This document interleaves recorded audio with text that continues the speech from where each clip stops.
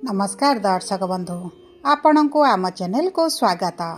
आज कार्यक्रमटी समस्त बिछा राशि व्यक्ति विशेषों बहुत अधिक गुरुत्वपूर्ण रही कारण यही वीडियो रे आपण को संपूर्ण फेब्रुआरी मासटी किपरि कटिब कौन परिवर्तन आणिब आपण जीवन में ता सहित ग्रह मानकर गोचर यही मासरे केमिति रहिबा पाई जाउछि एवं केउं क्षेत्र रे अधिक परिवर्तन आसिब आपणकर राशि बिछा हेले मध्य आपणक नक्षत्र अनुଯାयी आपणक उपरे शुभ प्रभाव पड़िबो ना अशुभ प्रभाव पड़िबो एवं तार कौन रहिछि प्रतिकार एही वीडियो रे विस्तृत भाव रे आलोचना करिबी।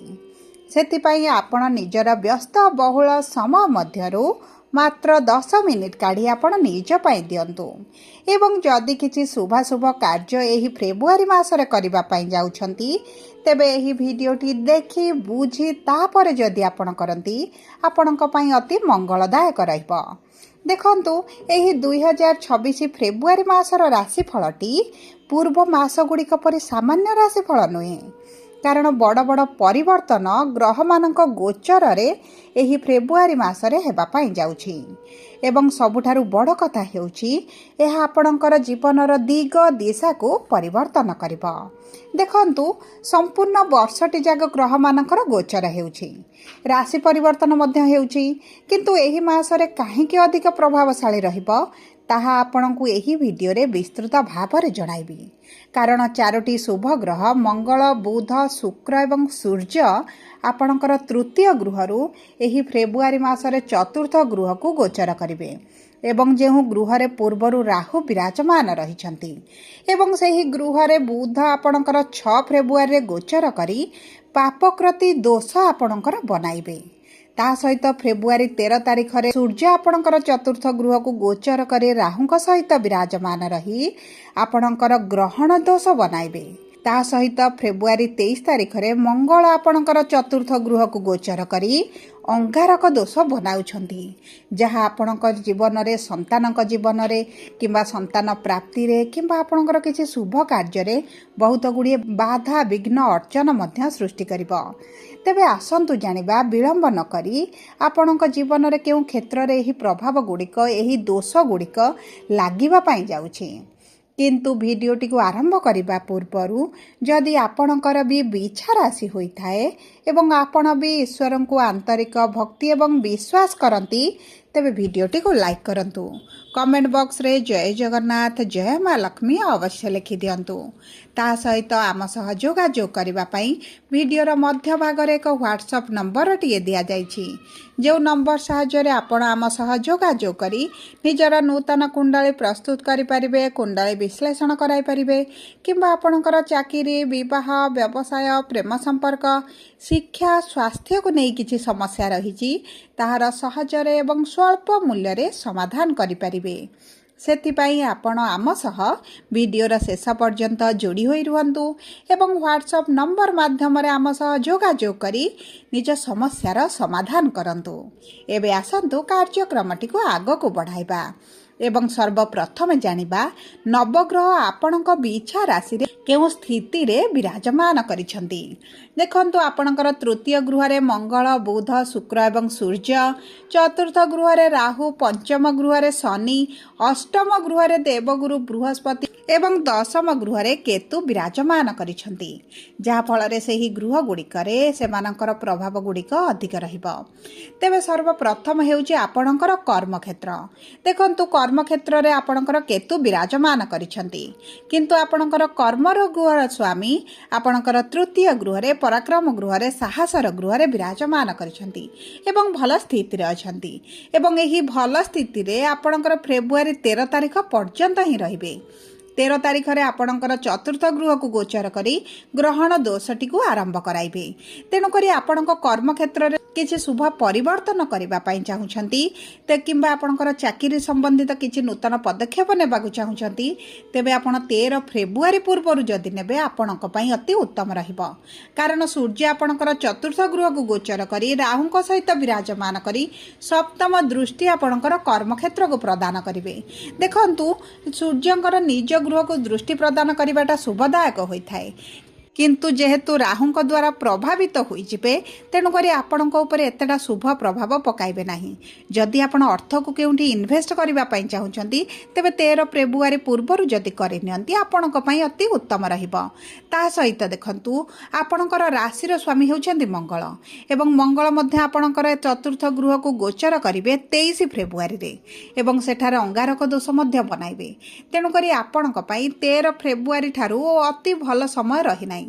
विशेष भाव में 23 फेब्रुआरी पर ठारू तो आपण कौनसी कर्मक्षेत्र संबंधित बड़ निष्पत्ति नियंतु नाही। नचेत आपन को समस्या देखा मिल पारे, लॉस मध्य देखि पारंती।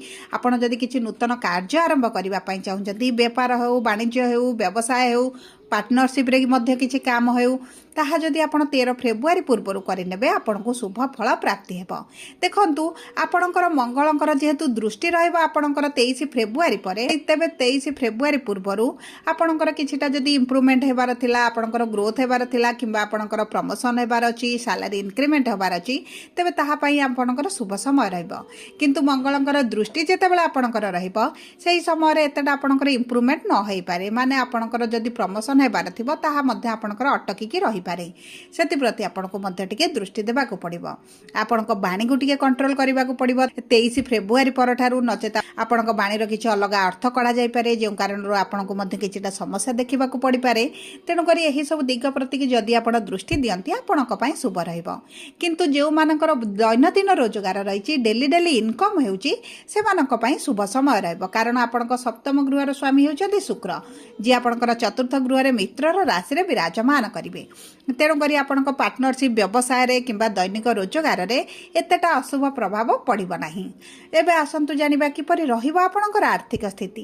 देखंतु अर्थर गृहर स्वामी हेउछन्ती देवगुरु बृहस्पति, जे आपणकर अष्टम गृह रे विराजमान करिसंती एवं अष्टम गृह रे एतेटा शुभ फल प्रदान करंती नाही। तथापि भी आपणकर राशिर स्वामी जेहेतु मंगल उच्च स्थिति रे रहिबे, आपणकर इनकम रे वृद्धि घटिबो। विशेष भाव में जदि आपणकर किछि धार करज ऋण रहिछि तेबे मध्य आपणकर सुझी होई जिवो। किंतु मने रखंतु 23 फेब्रुआरी पर जदि आपण किछि करज न नियंती आपणक पई भल रहइबो। कारण एही करजटी आपणकर बढ़ी चलिबा, आपणकर सुझिबा पई मध्य बहुत दिन लागि जिवो, बहुत समय लागि जिवो। आपण सेतरे फसी रहिला बळे अनुभव करिवे। सेति पई जदि आपणकर किछि अर्थर आवश्यकता रहिछि किंबा आपण जदि एही समय अर्थटी को सेविंग करि नियंती आपणक पई भल रहिबो। एबे आसंतु जानिबा किपरि रहिबो आपणकर शिक्षा। देखंतु शिक्षार गृह रे शनि विराजमान करिसंती, किंतु शनि गुरुंक राशि रे रहिसंती, निज नक्षत्र रे विराजमान करिवे। तेणु करी आपणकर शिक्षा संबंधित आपनको शुभ फल प्राप्ति हेबो। जदि आपण किछि परीक्षा देउछंती, इंटरव्यू देउछंती, एंट्रांस देउछंती, आपणक पई शुभदायक रहइबो। ता सहित देखंतु जदि आपणकर एही समय मध्ये किछि चाकरी पई चेष्टा करूछंती, आपनको सेतिरे शुभ फल प्राप्ति हेबो। आपणकर किछि एडमिशन जदि करिवार अछि ता मध्ये करि नियंतु। किंतु देखंतु जदि आपण किछि एंट्रांस देउछंती तेबे आपणकर टिके परिश्रमटी बढ़ी पारे। कारण शनि जेहेतु आपणकर कर्मर कारक ग्रह, आपणकर परिश्रमटी को वृद्धि करिवे। ता सहित जदि आमे देखिबा आपणकर प्रेम संपर्क को, तेबे आपणकर साथीक सहित आपणकर प्रेम संपर्क रे जे मनमालिन्य मतभेद डिस्टर्बेंस टी चलीछि ता आपणकर दूर होई जिवो। आपणकर संपर्क रे आपण एतटा खराब समय देखिबे नाही। जदि आपणकर ब्रेकअप होई जाईछि तेबे एही समयटी आपणकर एतेटा भल रहिबो नाही। किंतु जदि आपण प्रेम विवाह करबा पई चाहुचंती तेबे आपणक पई भल समय रहिछि। आपण विवाह बंधन रे बांधी होई पारंती किंबा जो माने द्वितीय विवाह मध्य करबा पई चाहुचंती सेमानक पई मध्य शुभदायक रहिबो। एबे आसंतु जानिबा वैवाहिक जीवन एवं विवाहर जोगटी आपणकर केमिति रहिबो।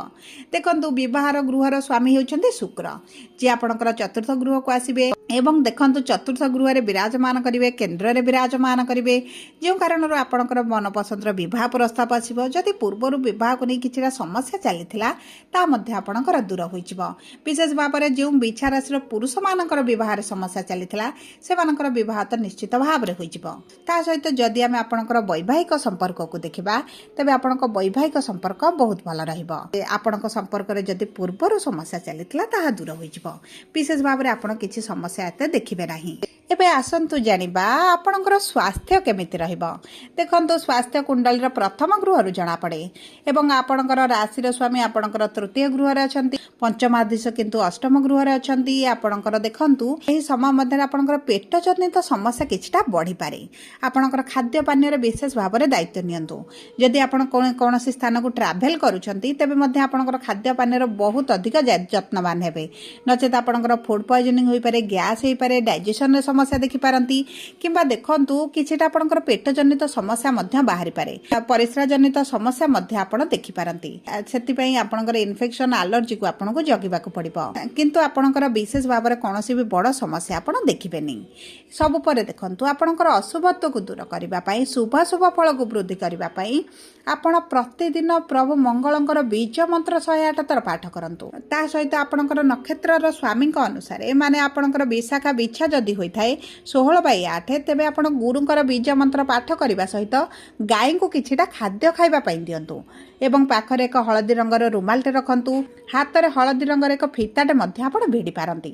ଆପଣଙ୍କ ପାଇଁ ଶୁଭଦାୟକ ରହିବ। ତା ସହିତ ଯଦି ଆପଣଙ୍କର ଅନୁରାଧା ବିଛା ଏବଂ ଆପଣଙ୍କର ନକ୍ଷତ୍ରାଧିପତି ଶନି ଯେହେତୁ ଅଛନ୍ତି, ଆପଣ ହନୁମାନ ଚାଳିଶା ପାଠ କରିବା ସହିତ ଶନିଙ୍କର ବୀଜ ମନ୍ତ୍ର ପାଠ କରନ୍ତୁ ଏବଂ ଶନିଙ୍କ ମନ୍ଦିରରେ ସୋରିଷ ତେଲରେ ଦୀପଟି ଅର୍ପଣ କରନ୍ତୁ। କିମ୍ବା ଅମାବାସ୍ୟା ଦିନ ଆପଣ ଯଦି କିଛି ଅସ୍ୱସ୍ଥ ବୃକ୍ଷ ମୂଳରେ ସନ୍ଧ୍ୟା ସମୟରେ ସୋରିଷ ତେଲରେ ଦୀପଟିଏ ଜାଳି ବୃକ୍ଷଟିକୁ ପରିକ୍ରମା କରି ଆପଣଙ୍କର ଇଷ୍ଟ ଦେବତାକୁ ସ୍ମରଣ କରନ୍ତି, ତେବେ ମଧ୍ୟ ଆପଣଙ୍କ ପାଇଁ ଶୁଭଦାୟକ ରହିବ। ଯଦି ଆପଣଙ୍କର ଜ୍ୟେଷ୍ଠା ବିଛା ବା 18/8, ଆପଣଙ୍କର ନକ୍ଷତ୍ରାଧିପତି ହେଉଛନ୍ତି ଯେହେତୁ ବୁଧ ଦେବ, ଆପଣ ପ୍ରଭୁ ଗଣେଶଙ୍କର ପୂଜାର୍ଚ୍ଚନା କରନ୍ତୁ। ଗଣେଶଙ୍କୁ ଆପଣ ଲଡୁ ଦୁବଘାସ ଅର୍ପଣ କରନ୍ତୁ। ମହାଦେବଙ୍କ ମନ୍ଦିରରେ ପୂଜାର୍ଚ୍ଚନା କରନ୍ତୁ। ମାନସିକ ଶାନ୍ତି ପାଇଁ ଓಂ ନମ ଶିବାୟ ମନ୍ତ୍ରଟିକୁ ପାଠ କରନ୍ତୁ ଏବଂ ସୂର୍ଯ୍ୟଙ୍କୁ ପ୍ରାତଃ ସମୟରେ ଜଳ ଅର୍ପଣ କରନ୍ତୁ। ଆପଣଙ୍କ ପାଇଁ ଶୁଭଦାୟକ ରହିବ। ଯଦି ଆପଣଙ୍କର ବିଛା ରାଶି ହୋଇଥାଏ, ଭିଡ଼ିଓଟି କିଭଳି ଲାଗିଲା କମେଣ୍ଟ ବକ୍ସରେ ଲେଖି ଜଣାନ୍ତୁ।